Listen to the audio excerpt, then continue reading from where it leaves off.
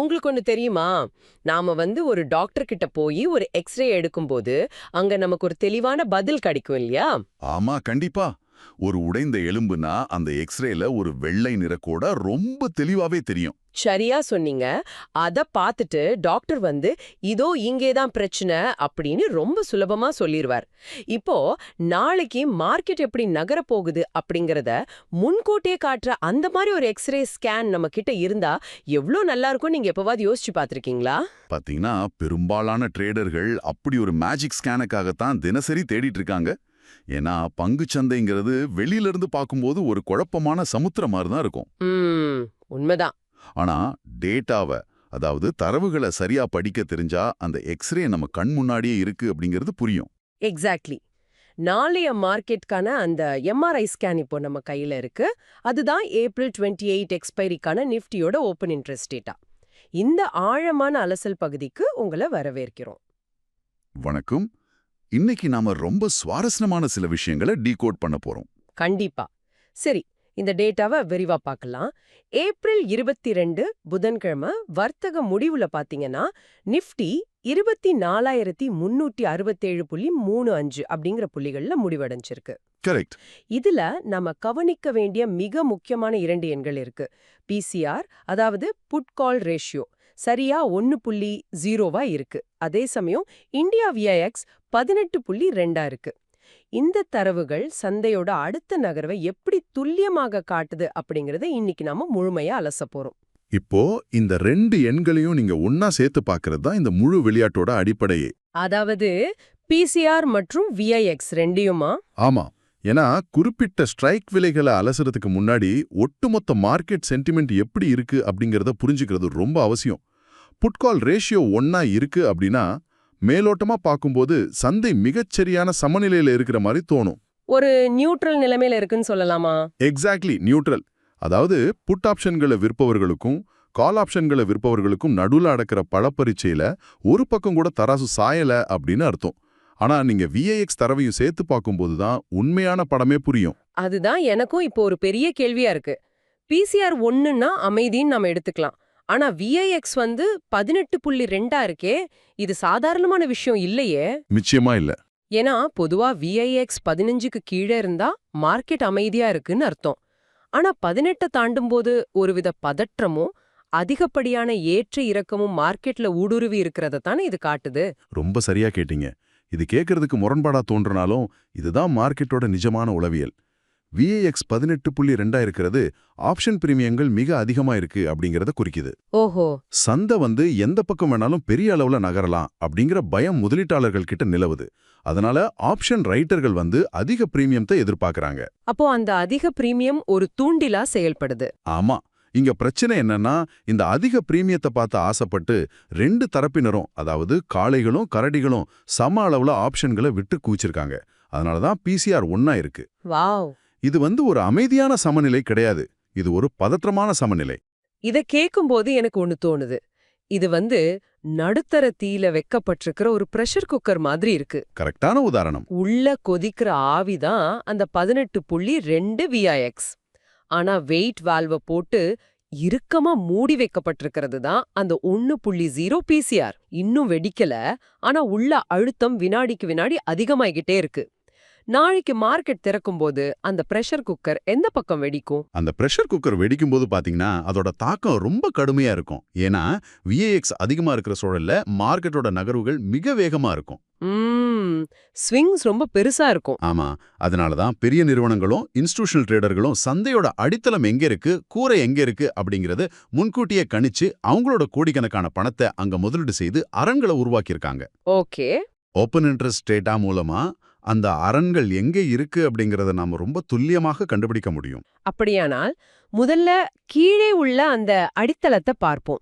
தற்போதைய சந்தை நிலவரமான 24,367 இருந்து நிஃப்டி ஒருவேளை கீழே விழுந்தா எந்த இடம் நமக்கு ஒரு உறுதியான தளமா இருக்கும்? இப்போ ஓப்பன் இன்ட்ரெஸ்ட் சார்ட்டை நீங்க உற்று நோக்கினால் 24,000 ஸ்ட்ரைக்ல ஒரு பிரம்மாண்டமான புட் ஓஐ குவிஞ்சிருக்கிறத நீங்க பார்க்க முடியும். 24,000 ஸ்ட்ரைக். ஆமா. அங்க 80 லட்சத்திற்கும் அதிகமான வால்யூம் நிக்குது. இது சந்தையோட மிக வலுவான உளவியல் ரீதியான சப்போர்ட்.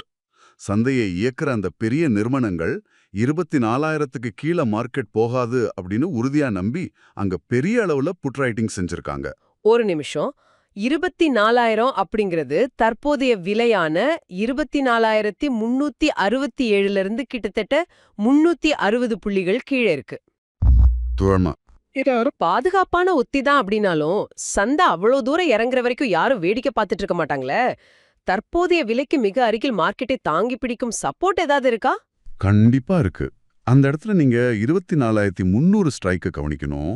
நேற்றைய டேட்டால 24,300ல புதிய புட் விற்பனையாளர்கள் பெருமளவுல களமிறங்கியிருக்காங்க. அப்படியா? ஆமா, இது சாதாரணமான விஷயம் இல்ல.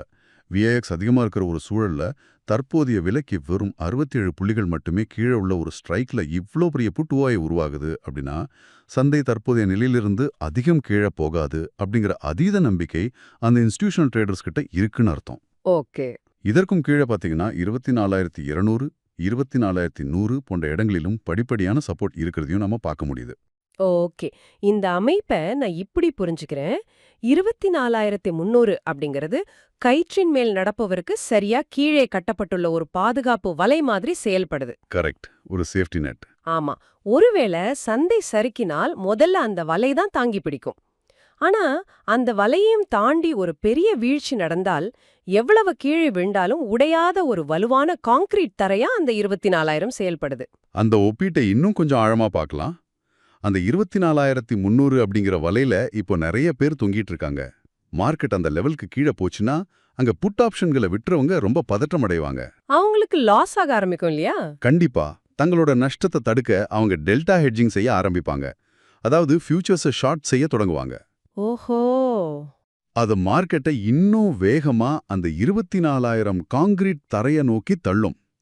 ஆனா தற்போதைய டேட்டா அந்த 24,300 விலை மிகவும் வலிமையாக பின்னப்பட்டிருக்கிறதத்தான் காட்டுது. இங்கதான் விஷயம் மிகவும் சுவாரஸ்யமாக மாறுது. கீழே இவ்ளோ வலிமையான அடித்தளமும் பாதுகாப்பு வலையும் இருக்கிறத பார்த்தோம். அப்படியானால் சந்தை ஏன் இன்னும் ராக்கெட் மாதிரி மேலே சீறிப்பாயல? அப்படி மேலே போக விடாம தடுத்து நிறுத்துற அந்த ரெசிஸ்டன்ஸ் எங்கே இருக்கு? இப்போ சார்ட்டோட மறுபக்கத்தை பாருங்க. 24,500 ஸ்ட்ரைக்ல மிகப்பெரிய கால் ஓவை கோட்டைய ஒன்னு எழுப்பப்பட்டிருக்கு. புதிய கால் ஓவை அங்க மிக ஆக்ரெசிவா சேர்க்கப்பட்டிருக்கு. ஓகே. 24,500. ஆமா, காளைகள் சந்தையை மேல கொண்டு செல்ல முயற்சிக்கும் போதெல்லாம் இந்த 24,500 அப்படிங்கிற லெவல் ஒரு மிகப்பெரிய இரும்பு திரையா செயல்படும். மேலும் அதை தாண்டி 24,600, 24,700 மற்றும் 24,800 ஆகிய ஸ்ட்ரைக்குகளிலும் படிப்படியா கால் ஓவை குவிஞ்சிருக்கு. இது எனக்கு சற்று முரணாகப்படுதே. சந்தை இப்போ 24,367ல முடிவடைஞ்சிருக்கு. 24,500 அப்படிங்கிறது இங்கிருந்து ரொம்ப தூரம் இல்ல. வெறும் 133 புள்ளிகள் தான் வித்தியாசம். உண்மைதான். விஐஎக்ஸ் 18.2 இருக்கும்போது ஒரு நல்ல ட்ரெண்டிங் நாள்ல நிஃப்டி 130 புள்ளிகளை வெறும் அரை மணி நேரத்துல சர்வசாதாரணமா கடந்துடுமே. அப்படி இருக்க அந்த இடத்த காளைகளால் எளிதா உடைக்க முடியாதுன்னு கால் ரைட்டர்கள் நினைக்கிறாங்களா? நீங்க கேக்குறது நியாயமான கேள்விதான். இது ஒரு ஓவர் கான்ஃபிடன்ஸ் இல்லையா? அவங்க தங்களை தாங்களே ஒரு பொறியில் சிக்க வச்சுக்கிறாங்களோன்னு தோணுது. பாத்தீங்கன்னா ஒரு ரீட்டைல் ட்ரேடரா பார்க்கும்போது இது ஓவர் கான்ஃபிடன்ஸ் ஆகவும் ஆபத்தான பொறி மாதிரி தான் தோணும். ஆனா இன்ஸ்டிடியூஷனல் லைட்டர்கள் வெறும் நம்பிக்கையின் அடிப்படையில ட்ரேட் பண்றதில்ல. அவங்க கணிதத்தின் அடிப்படையில இயங்குறாங்க. கணிதமா? ஆமா. இப்போ ஏப்ரல் 28ஆம் தேதி எக்ஸ்பைரி நெருங்கிட்டு இருக்கு இல்லையா? இங்க தீட்டா டிகே, அதாவது டைம் டிகே மிக வேகமா நடக்கும். ஓஹோ, ஐஎம்டிகே. விஏஎக்ஸ் அதிகமா இருக்கிறதால 24,500 கால் ஆப்ஷனை வித்தவங்களுக்கு ஆரம்பத்திலே ஒரு பெரிய பிரீமியம் கிடைச்சிருக்கும். மார்க்கெட் அந்த லெவலை தொடாம வெறும் 24,450 வரைக்கும் சென்றால் கூட நேரம் செல்ல செல்ல அந்த பிரீமியம் கரைஞ்சு கால் ரைட்டர்களுக்கு பெரிய லாபத்தை கொடுக்கும். ஆஹா. அப்போ அவங்க சந்தை மேல போகாது அப்படின்னு பந்தயம் கட்டல. சந்தை போனாலும் அந்த நேரத்திற்குள் பிரீமியம் குறைந்து விடும் அப்படிங்கிற காலத்தின் மீது பந்தயம் கட்டியிருக்காங்க. ரொம்ப சரியா பிடிச்சிங்க. அதோடு மட்டும் இல்லாம 24,500 அப்படிங்கிறது பலருக்கும் ஒரு சப்ளை ஜோனா செயல்படும். Supply zone. ஆமா, அங்க வந்தவுடன் கீழே வாங்கியவர்கள் தங்கள் லாபத்தை பதிவு செய்ய நினைப்பாங்க. புதிய ஷார்ட் பொசிஷன்களை உருவாக்குறவங்களும் அங்க வருவாங்க. அதனால அந்த இரும்பு திரையை உடைக்கிறது காளைகளுக்கு அவ்வளோ சுலபமான காரியமா இருக்காது. ஓகே. இப்போ எனக்கு ஒட்டுமொத்த படமும் ரொம்ப தெளிவாகுது. கீழே 24,300 அப்படிங்கிற பாதுகாப்பு வலை இருக்கு. மேல 24,500 அப்படிங்கிற இரும்பு திரை இருக்கு. எக்ஸாக்ட்லி. ஒரு பக்கம் புட் ரைட்டர்கள், மறுபக்கம் கால் ரைட்டர்கள். இந்த ரெண்டுக்கும் நடுவுல மாட்டிக்கிட்டு இருக்கிற தற்போதைய ஹாட் ஸ்பாட் எது? இந்த உச்சக்கட்ட போர் எங்கே நடந்துட்டு இருக்கு? அதுதான் அந்த 24,400 ஸ்ட்ரைக். ஆப்ஷன்ஸ் சார்ட்ல இதுதான் இப்போ தி அல்டிமேட் பேட்டில் ஃபீல்ட்.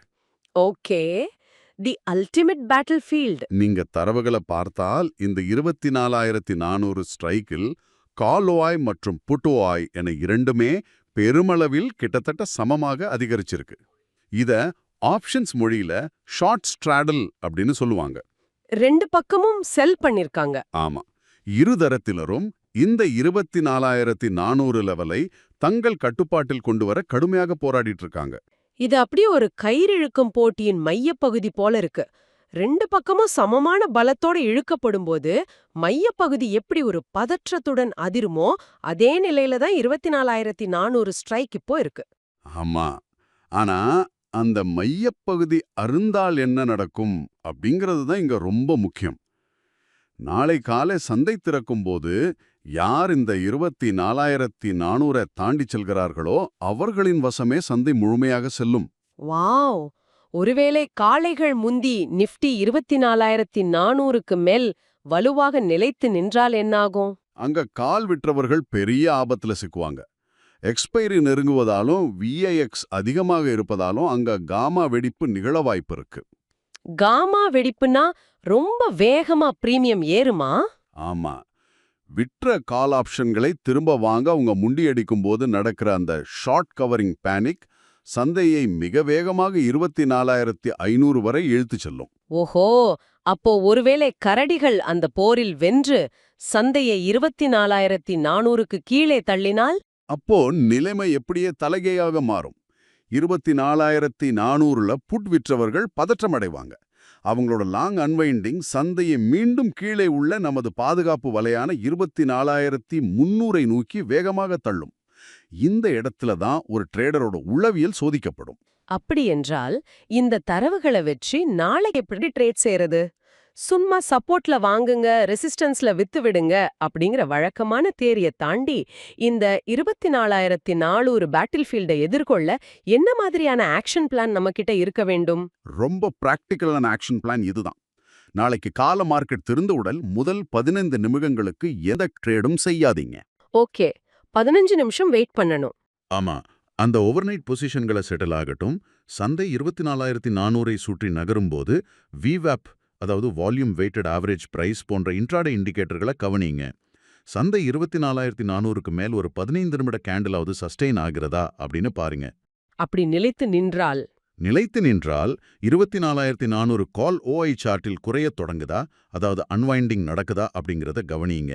அப்படி நடந்தால் மட்டுமே ஒரு சிறிய ஸ்டாப் லாஸுடன் 24,500ஐ நோக்கி ஒரு லாங் பொசிஷன் எடுக்கலாம். அருமை. கயிறு எந்த பக்கம் சருகிறது அப்படிங்கறத உறுதியா பார்த்த பின்புதான் களத்துல இறங்கணும். முன்கூட்டியே பிரிடிக்ட் செஞ்சு ட்ரேட் செய்யறத விட மார்க்கெட் ரியாக்ட் செய்யறத பொறுத்து ட்ரேட் செய்யறதான் புத்திசாலித்தனம். கண்டிப்பா. அதே போல சந்தை 24,300ஐ நெருங்கும் போது உடனே புட் ஆப்ஷனை வாங்கிவிடக்கூடாது. ஏன்னா அங்க சப்போர்ட் இருக்கு. ஆமா, அங்க வலுவான புட் ரைட்டர்கள் இருக்காங்க. அங்க பிரைஸ் ஆக்ஷன் எப்படி இருக்கு, மார்க்கெட் அங்கிருந்து பவுன்ஸ் ஆகிறதா அப்படிங்கறத பொறுத்து தான் சப்போர்ட் லெவல்ல முடிவெடுக்கணும். ஒட்டுமொத்தத்துல இந்த 24,300 முதல் 24,500 வரையிலான அந்த 200 பாயிண்ட் ரேஞ்சுக்குள்ள தான் நாளைய ஆட்டமே இருக்க போகுது. மிக தெளிவான ஒரு நுணுக்கமான ஆக்ஷன் பிளான். ஆனா இந்த ஆழமான அலசலை முடிப்பதற்கு முன்னாடி உங்களுக்கு ஒரு முக்கியமான விஷயத்தை நான் ஞாபகப்படுத்த விரும்புறேன். நாம ஆரம்பத்துல அந்த பிரஷர் குக்கரை பற்றி பேசணும் இல்லையா? ஆமாம். பிசிஆர் 1.0 நியூட்ரலா இருந்தாலும் விஐஎக்ஸ் 18.2 இருக்கு அப்படிங்கறத மறக்காதீங்க. ஒருவேளை நாளை காலை ஏதோ ஒரு சர்வதேச செய்தியாலோ அல்லது வேறு பெரிய பொருளாதார நிகழ்வாலோ மார்க்கெட் இந்த 200 பாயிண்ட் ரேஞ்சுக்கு வெளியே எதிர்பாராத விதமாக ஒரு மிகப்பெரிய கேப் அப் அல்லது கேப் டவுன்ல திறந்தா என்ன ஆகும் அப்படின்னு கொஞ்சம் சிந்திச்சு பாருங்க. அது ரொம்ப பயங்கரமா இருக்குமே. நிச்சயமா 24,000 அல்லது 24,500 கோடிக்கணக்கில் பணத்தை முதலீடு செய்து சந்தை அந்த லெவல்களை தாண்டாது அப்படின்னு உறுதியாக நம்பிய பெரிய முதலைகள் திடீர்னு ஒரு பொறியில் சிக்கிக் கொள்வார்கள். உண்மைதான். அவங்களோட பதற்றம் எந்த அளவுக்கு இருக்கும்? அவங்க தங்கள காப்பாற்றிக் கொள்ள முண்டியடிக்கும் போது அந்த பதற்றம் சந்தையை எந்த அளவுக்கு கடுமையாக, கற்பனை செய்ய முடியாத வேகத்தில் திருப்பி போடும்? ஓப்பன் இன்ட்ரெஸ்ட் அப்படிங்கிற இந்த எக்ஸ்ரேல இந்த முதலீட்டாளர்களின் எல்கைகள் தெரிவாக தெரியுது. ஆனா அவங்க பயப்படும்போது நடக்கிற அந்த ரத்தக் களரிய எந்த எக்ஸ்ரேயாலும் முன்கூட்டியே காட்ட முடியாது. நாளைய சந்தையை நீங்க அணுகும்போது இந்த ஒரு சிந்தனையும் உங்க மனசுல வச்சுக்கோங்க. ரொம்ப ஆழமான ஒரு சிந்தனை.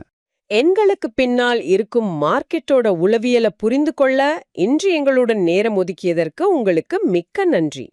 சந்தையின் நாடித்துடிப்பை தொடர்ந்து கவனிச்சுட்டு வாங்க. அடுத்த ஆழமான அலசலில் சந்திப்போம்.